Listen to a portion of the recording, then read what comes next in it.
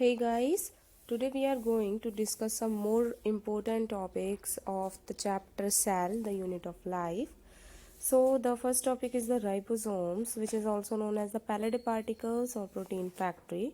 It is known as the Pallade particles because it was discovered by the scientist Pallade, and it is known as the protein factory because it helps in the synthesis of the protein. In prokaryotes, 70s type of ribosomes are present and it consists of two subunits, that is 30S and 50S. 30S is the smaller unit and 50S is a larger unit. Here S word indicates the Swedberg unit or the sedimentation coefficient.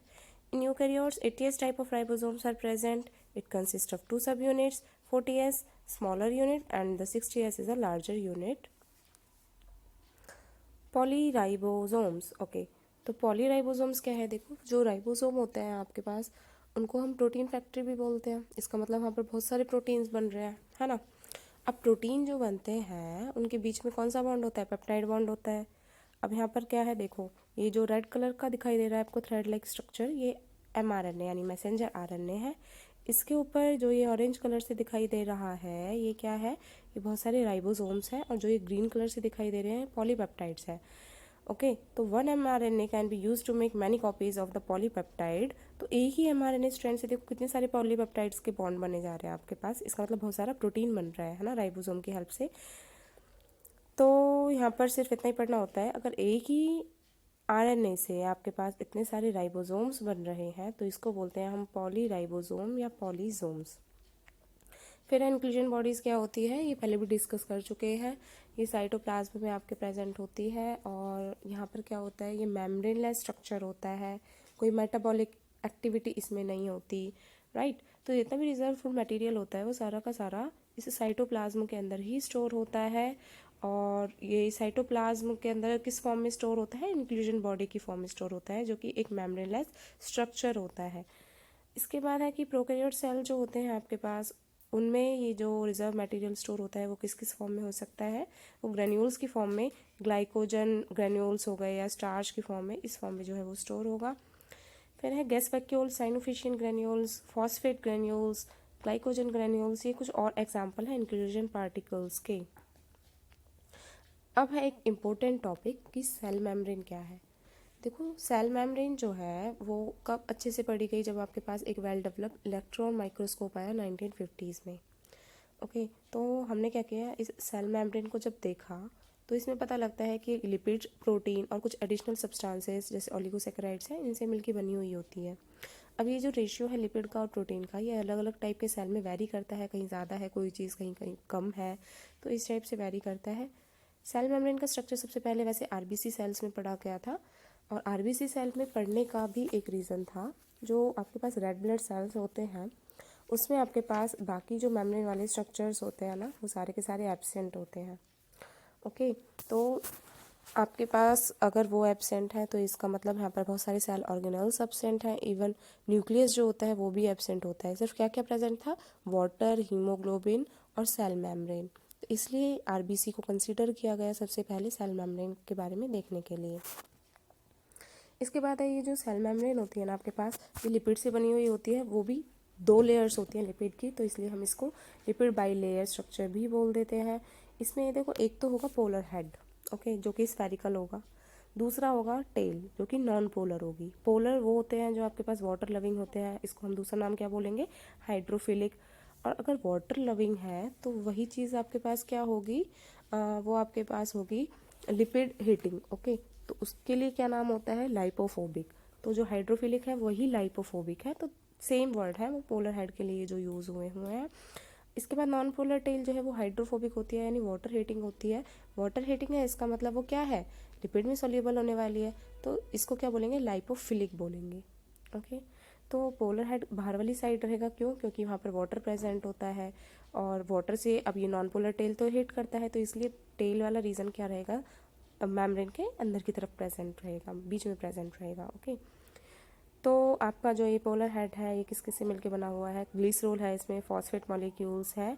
वहीं पर आपके पास जो non polar tail होती है वो उसमें क्या है, फैटी एसिड की चेन होती है। अब देखो ये स्ट्रक्चर आपको जो दिखाई दे रहा है, पहले सेकंड स्ट्रक्चर देखो, जो स्फेरिकल स्फेरिकल बना हुआ है रेड कलर से, ये आपके पास क्या है, हाइड्रोफिलिक हेड है।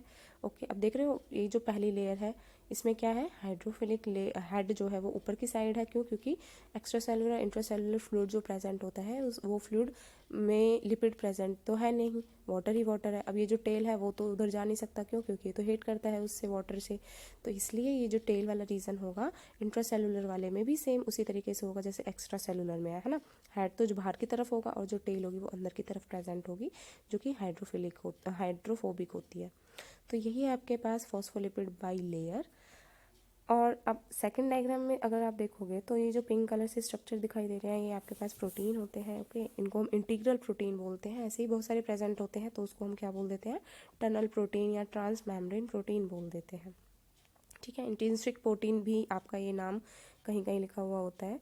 अब देखो ये जो हेड रीजन है, जो स्फेरिकल रीजन है, ये किससे मिलके बना हुआ है आपके पास, ये आपके पास बना हुआ होता है फॉस्फेट से। और जो ये टेल वाला रीजन होता है ना, ये बना हुआ होता है आपके पास लिपिड से।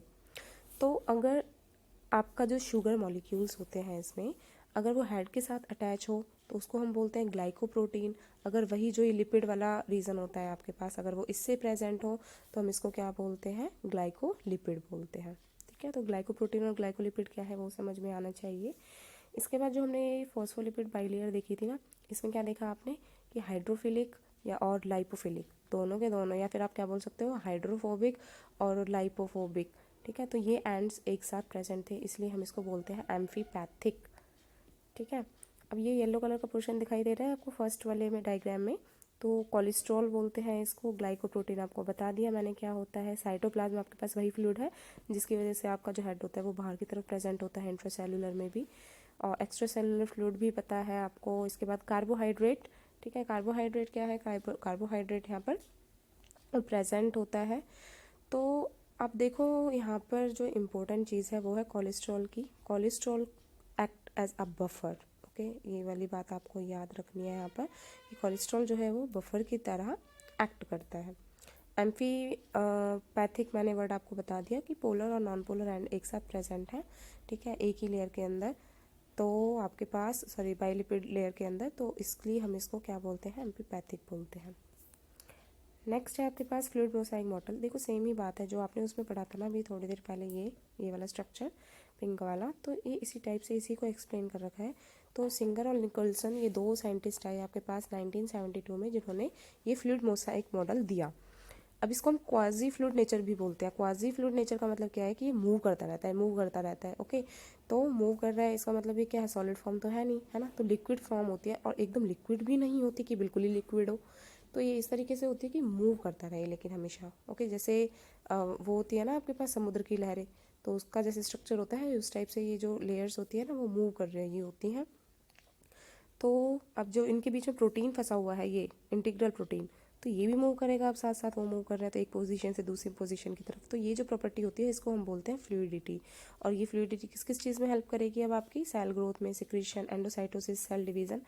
एक बार डायग्राम अच्छे से देख लेते हैं कि सच में कैसे मूव करता है ये जो आपके पास फ्लूइड मोसाइक मॉडल है।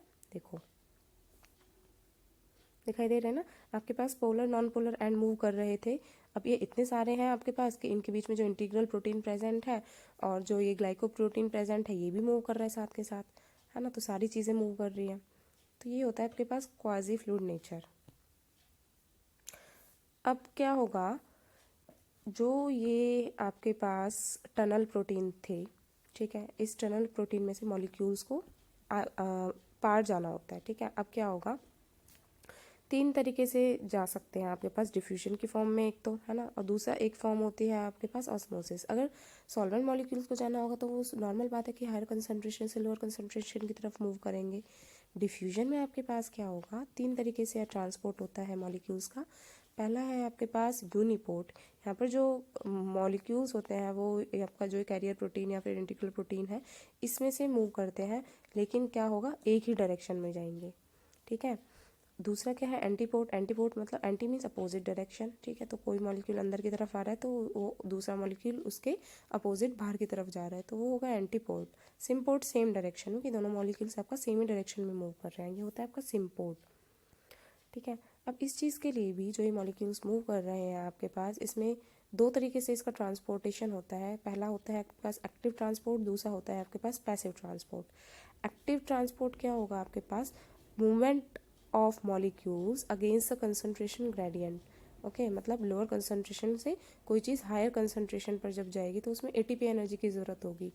ठीक है, जैसे आप अगर मानो कोई भी चीज़ हाथ में लेते हो, बॉल ले लिया आपने, अगर आप उसको ऊपर की तरफ मूव कराते हैं तो शायद वो इतनी ऊपर ना जा पाए जितना कि आप उसे कितनी भी ऊंचाई से फेंक लो तो वो क्या होगी, नीचे ही आएगी उसके बाद ग्राउंड लेवल पर। तो वो डिस्टेंस भी ज़्यादा कवर करेगी और आपको एनर्जी भी लगाने की ज़रूरत नहीं है। तो जिसमें एनर्जी नहीं लगानी पड़ रही है वो क्या है, पैसिव ट्रांसपोर्ट। वहाँ पर क्या होगा, हायर कंसनट्रेशन से लोअर कंसनट्रेशन की तरफ मॉलिक्यूल्स की मूवमेंट होती है और किसी एटीपी एनर्जी की ज़रूरत नहीं होती। ओके, यहाँ पर ये थोड़ा मिस्टेक हो गया, ATP energy is not used in the passive transport, whereas in active transport ATP energy is used. Next है आपके पास सेल वॉल। तो सेल वॉल का स्ट्रक्चर देखो एक बार, लेफ्ट साइड में आपको दिखाई दे रहा है प्राइमरी वर्ड लिखा हुआ है। तो पहले क्या होता है, प्राइमरी सेल वॉल होती है। अब ये जो प्राइमरी सेल वॉल है ना, ये कुछ टाइम बाद मैच्योर होने के बाद यहाँ से रिमूव हो जाती है और उसके बाद क्या आ जाती है आपके पास, सेकेंडरी सेल वॉल आ जाती है। ये ज़्यादातर किस में देखने को मिलेगा आपको, प्लांट्स में मिलता है ना, प्लांट है, फंजाई है, इनमें देखने के लिए मिलता है। इसके बाद क्या है, मिडिल लैमेला प्रेजेंट होता है, प्लाज्मोडेस्माटा जो कि आपके पास एडजेसेंट सेल्स होते हैं उनके बीच में जो प्रेजेंट है प्लाज्मोडेस्माटा, यानी इसका काम क्या होगा, जो आपका साइटोप्लाज्म है ना, इसको मूव करना एक सेल से दूसरे सेल तक के बीच में, मतलब एक तरीके से एक लिंक बनाए रखना। ठीक है, ये काम होता है आपके पास। फिर है आपके पास सेल वॉल के बारे में थोड़ा सा डिस्क्रिप्शन।